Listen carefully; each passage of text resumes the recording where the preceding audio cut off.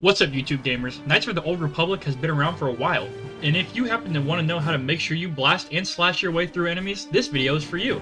The story of KOTOR is spread across multiple planets, and therefore each planet has secrets for you to unravel, and I'm here to tell you how to find the special weapons for free on all of these planets. Yes, for absolutely free. If you are new to the game and want to do a fresh playthrough with no spoilers, then you should come back later and see what you missed, as I will be pointing out locations and plot points in the game to find the weapons. The weapons featured here must be found through either side quest or exploration, and may not be purchased. I will be qualifying special items as weapons worth 1500 credits or more that can be found for free from quest or pick up from loot on the ground or enemies. If you would like to know where to get the special items and weapons on Terrace, check out my other video detailing where to find these on Terrace. Starting with pistols, we have the Geno Haradan Blaster. This blaster can be found by completing the bounty on Zulon given by Hulas, the contact on Manan. Another can be located on one of the Geno Haradan hunters that attack with Hulas at the end of the quest line. The pistol is worth 2000 credits and deals 2 to 7 energy damage with an attack modifier of 5 and a 5% critical chance. The damage output is really nothing special, but you will almost guarantee a hit with any decent dexterity bonus.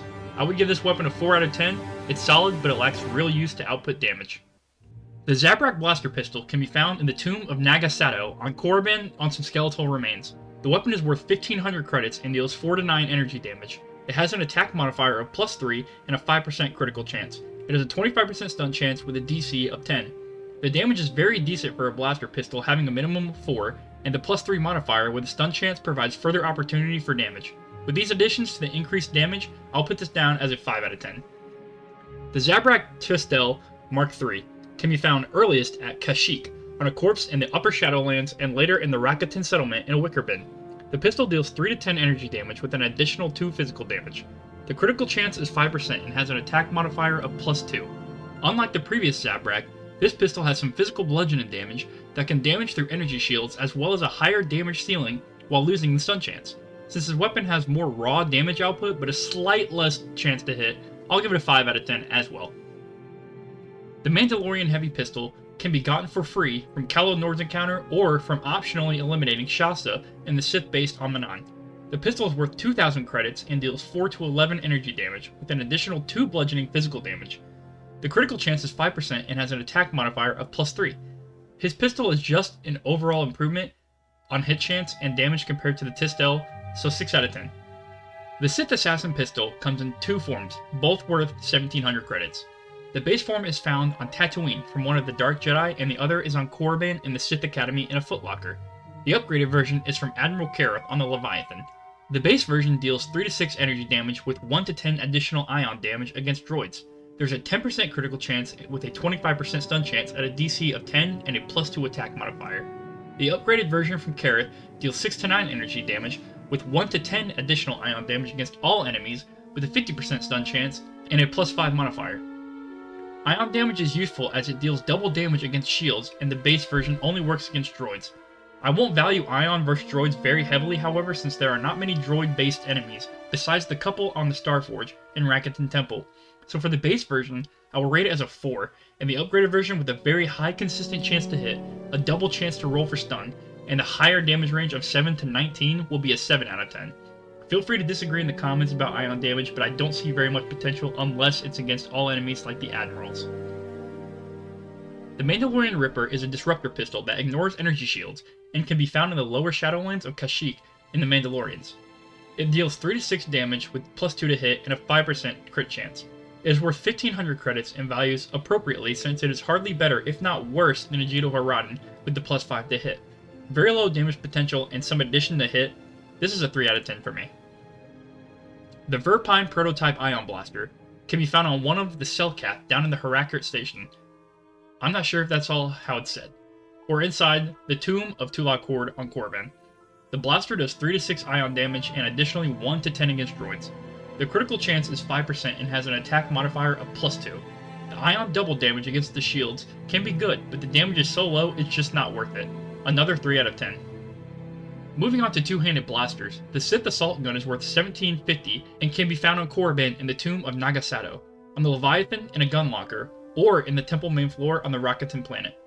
The blaster deals 2 to 9 energy damage with 1 additional physical piercing and a critical chance of 10% with an attack modifier of +1.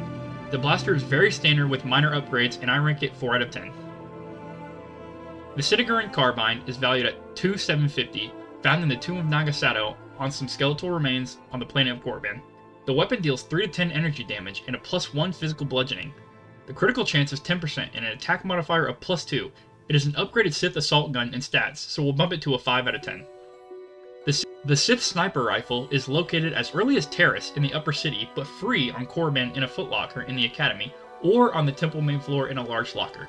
The weapon does 2 to 9 energy damage and an attack modifier of +1. It is barely better than a regular blaster, so I'll give it a 3 out of 10. The Mandalorian Assault Rifle takes a charge of 2,500 credits and can be found on the lower Shadowlands on the Mandalorian enemies or on the Leviathan in the prison block. It deals 3 to 10 energy damage and a stun chance of 25% at a DC of 10. The crit chance is 10% and attack chance increase of +2. Like the Carbine, it is just a bump in stats over the previous with the additional critical chance, so I'll bump it to a 5 out of 10. It's a solid, it could be a stable weapon for a bit, but nothing too impressive. Chundar's Bowcaster is gotten by staying on the light side and siding against Chundar and the Zerka Corp. After his defeat, Chundar drops the Bowcaster worth 1,500 credits with a 3 to 12 energy damage, +4 physical damage, a 10% crit chance, and a modifier of 2 for attack. This weapon features a solid approach with 4 physical and a moderately higher energy damage potential than all other blasters. I would give this a 7 out of 10 for its higher minimum damage of 7 and well worth more than 1,500 credits. The Zabrak Disruptor Cannon is worth 1,500 credits and can be found on Manan on the Thug or in the Rakuten Temple main floor in a gun locker. It deals 8 to 13 physical damage with a +2 attack modifier. Energy shields don't stop damage from this weapon, only melee shields, and mostly only Mandalorians wear those. So this weapon will be a consistent stream of damage, and I will give it a decent enough 6 out of 10. The Verpine Droid Disruptor is valued at 1,750 credits and can be found in the Tomb of Nagasato. What a good tomb for blasters, honestly. This weapon does 3 to 8 ion damage with an additionally 2 to 12 ion damage versus droids. There is a +2 attack modifier and a 5% crit chance. Like I said enough before, the potential looks high, but only if you know you're gonna face droids or an entire energy shielded party would you use this compared to other weapons. This is not often, or likely much, so its use case is lower, so I give it a 5 out of 10 because if there are droids, it really is a truck for that. It's more just a niche thing. Heavy blasters are better than their two-handed counterparts as they get 2 attacks per round compared to 1. The heavy repeating blaster can be found in the Sith Academy in a footlocker and deals 1 to 10 energy damage with a modifier of +1. This is a very basic weapon, but albeit it gets 2 attacks per round. However, it'll get a 2 out of 10 since you would actually have no use for this, since Ordo's blaster is free and better in every way. It would only matter to get it if you did a full heavy blaster run for the party. The Mandalorian Heavy Repeater that can be found in the Rakuten settlement is a wicker bin valued at 2,500 credits. It also deals 1 to 10 energy damage, but an additional 1 to 4 ion damage against all enemies, and a +1 attack modifier. With 2 attacks per round, and double damage against energy shields, it has a little something going, but still a worse damage range than Ordo's. I would up this to a 4 at least since it can shred shields, but not a common occurrence. Alright, you've had the meats, now let's get to the potatoes of melee weapons. Nagasato's Poison Blade is found in, you guessed it on this one, Nagasato's Tomb on Korriban. The blade is worth 1,500 credits, but it deals 4 to 15 slashing damage with a 5% crit chance, an attack modifier of +3, and an on-hit 2 poison for average damage. Poison deals damage every 3 seconds for 30 seconds, and an average damage is 40 points of damage over the time limit, as well as the enemy losing an attribute point in all 6 attributes every 6 seconds for 36 seconds. This poison has a DC of 25, which is an exceptional score for a weapon that forces this roll to be made on every turn. With the insanely good base damage range for a single sword, the poison activating, helping in long fights, and the +3 modifier, I would place this weapon at a 10 out of 10 for a weapon that can be gotten for free and still have an open hand slot to dual wield if you so choose to handle another weapon. The Ichani foil, found upon the body of a Sith diplomat at the main entrance inside the Sith base of Manan, is 1,750 in credit worth. The weapon features physical slashing damage of 5 to 15, a critical threat range of 20%, and an attack modifier of +3. The 5 to 15 range is not based on a single die, and instead is a 2d6 +3 for damage. This will enhance the weapon to deal more consistent damage since it is only a 2.78% chance to roll 2 damage and a 5.56% chance to roll for 3 damage. This is all based on basic die probability. As you can see here, and your best opportunity range for damage is 6 to 8, with 44.45% chance to land in that range. Essentially going to be half of your damage, rolled in this range. So almost 50% of the time, you will do between 9 and 11 damage on this hit before your attribute or melee proficiency modifier. Now that is some exceptional average damage for a single-handed weapon, as well as a +3 and the ability to either gain +3 to attack and defense with dueling feat, or slot in a second weapon in the offhand. And this weapon is a very solid choice. I would give it an 8 out of 10, because there are no extra enhancements to the weapon such as poison or stun chance to debuff the enemy, but the 20% base crit chance is very good paired with consistent high damage. The Geno Haradan Poison Blade can be gotten first by completing the bounty on Lorgal, the man kept in the Republic cage on Manan, and the second can be gotten from one of the enemies after fighting Hulas at the end of the Geno Haradan questline. The weapon is worth 1750 credits with 5 to 15 slashing physical damage, a 10% chance to crit, a +3 modifier to hit, and an on-hit effect roll for poison at a DC of 15 for mild damage. Mild damage will cause a -1 to attributes every 12 seconds, so 2 rounds of combat, and 30 damage over 30 seconds. This weapon has the same benefits as the last weapon, but instead of the higher crit chance, the poison potentially takes effect, which is better against stronger enemies. If an enemy gets poisoned and loses attribute points, your entire party has a better chance of handling them, and you can eliminate them quicker. Since the Nagasato blade has a 1d12, its straight up damage will be less consistent, but the poison is very highly likely to affect the enemy, and stronger. This blade will deal more consistent outright damage with a lesser poison effect. It really depends on how you are fighting, but again, this blade is very good. I'll give this one a 9 out of 10 personally, but could see the argument that it is just as good as Nagasato's blade. Just depends on how consistent you want the base damage to be. Baka's Ceremonial Blade is obtained from Kashyyyk after the end of the Shadowland area, and the blade is received from the Tarantatek Ritual Beast along with the hilt of Freyr if he goes to the surface. This is one of the few upgradable free weapons in the game, and is worth 2,480 credits because of it. The blade does physical slashing damage of 4 to 14 with +4 energy damage. There's a 10% crit chance and an attack modifier of +2. When upgraded, the weapon deals 6 to 16 damage with an extra 2 to 12 bludgeoning damage to droids.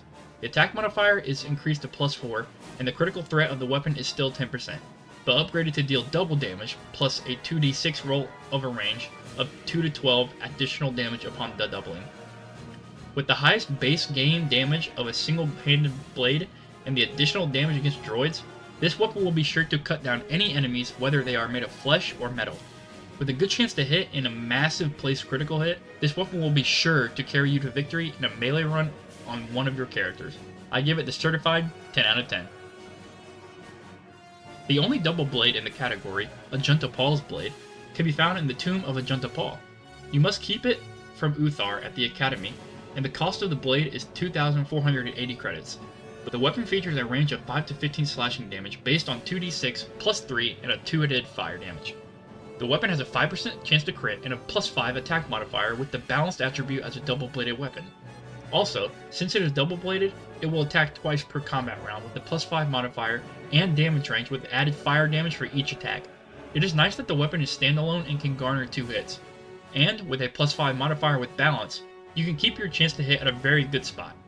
The weapon doesn't feature special energy damage or poison, and I haven't seen fire damage do burn over time damage or anything like poison where it reduces attributes. With its very decent damage output and built-in 2 hits, I would give Ajunta Paul's blade a respectable 8 out of 10. And there you have it. Those are all the weapons you can find in this game for absolutely free that are a leg up above your run-of-the-mill weapons. You can obviously find weapons for purchase on the planets to stack up against these, as well as none of them are lightsabers for obvious reasons. But if you're looking to keep your pockets full for some more defensive gear to boost your saving throws or defense, any of these could be your option. If you like this video, I would appreciate it a bunch if you subscribed. You can also check me out on my Twitch, where I generally play the games you see on this channel. As of now, I am playing a Dark Side Force only playthrough of KOTOR 2, mixed with Dragon Ball and Xenoverse 2, some ranked grinding in the finals, and very occasionally some previously known as FIFA, but is now known as EA FC co-op seasons. If you feel generous enough, I have a link on my Twitch to donate that I plan to use strictly to update my streaming and recording setup for these videos. With that out of the way, thanks again, and remember, a man is lost without the sauce, but that same man can get lost in the sauce. Thanks again for watching, and I hope you have a wonderful rest of your day. Later, gamers.